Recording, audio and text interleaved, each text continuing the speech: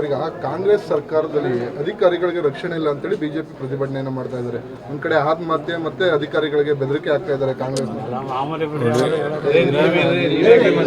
ಅಲ್ಲ, ಈಗ ವಿರೋಧ ಪಕ್ಷದವರು ನಮ್ಮ ಆಡಳಿತನ ಹೋಗ್ಲಕ್ಕಾಯ್ತದ?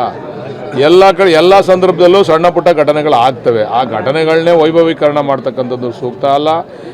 ನೀವು ಕೇಳ್ತಾ ಇರ್ತಕ್ಕಂಥದ್ದು ಭದ್ರಾವತಿ ವಿಚಾರದಲ್ಲಿ, ನೀವು ಕೇಳ್ತಾ ಇರ್ತಕ್ಕಂಥ ವಿಚಾರ ಸಂಗಮೇಶ್ ಅವರ ಪುತ್ರರ ವಿಚಾರದಲ್ಲಿ ಕೇಳ್ತಾ ಇರ್ತಕ್ಕಂಥದ್ದು. ಎಲ್ಲ ಕಾಲದಲ್ಲೂ ಇಂಥ ಘಟನೆಗಳಾಗಿದ್ದಾವೆ. ಬಟ್ ಅವರು ಅಲ್ಲಗಳಿದ್ದಾರೆ, ನಂದಲ್ಲ, ನನ್ನ ಮಗ ಅದನ್ನು ಮಾಡಿಲ್ಲ ಅಂತೇಳಿ ನಾನು ನಿಮ್ಮ ಮಾಧ್ಯಮಗಳ ಮುಖಾಂತರ ನೋಡಿದೆ. ಆದರೆ ಎಲ್ಲ ಕಾಲದಲ್ಲೂ ನಡೆದಿದ್ದಾವೆ ಇಂಥ ಘಟನೆಗಳು. ಏನು ಬಿ ಜೆ ಪಿಯವ್ರಿಗೆ ಸತ್ಯ ಹರಿಶ್ಚಂದ್ರರೇನಲ್ಲ, ಅವ್ರ ಕಾಲದಲ್ಲೂ ಕೂಡ ನಡೆದಿದೆ.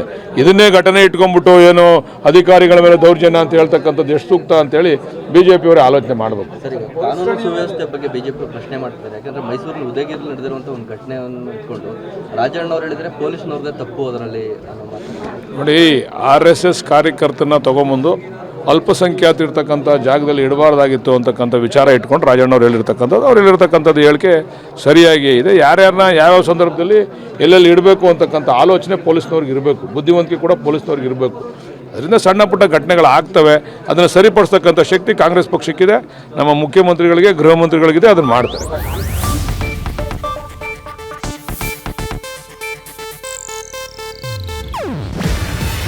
ಇದು ಏಷ್ಯಾನೆಟ್ ನ್ಯೂಸ್ ನೆಟ್ವರ್ಕ್ ಪ್ರಸ್ತುತಿ.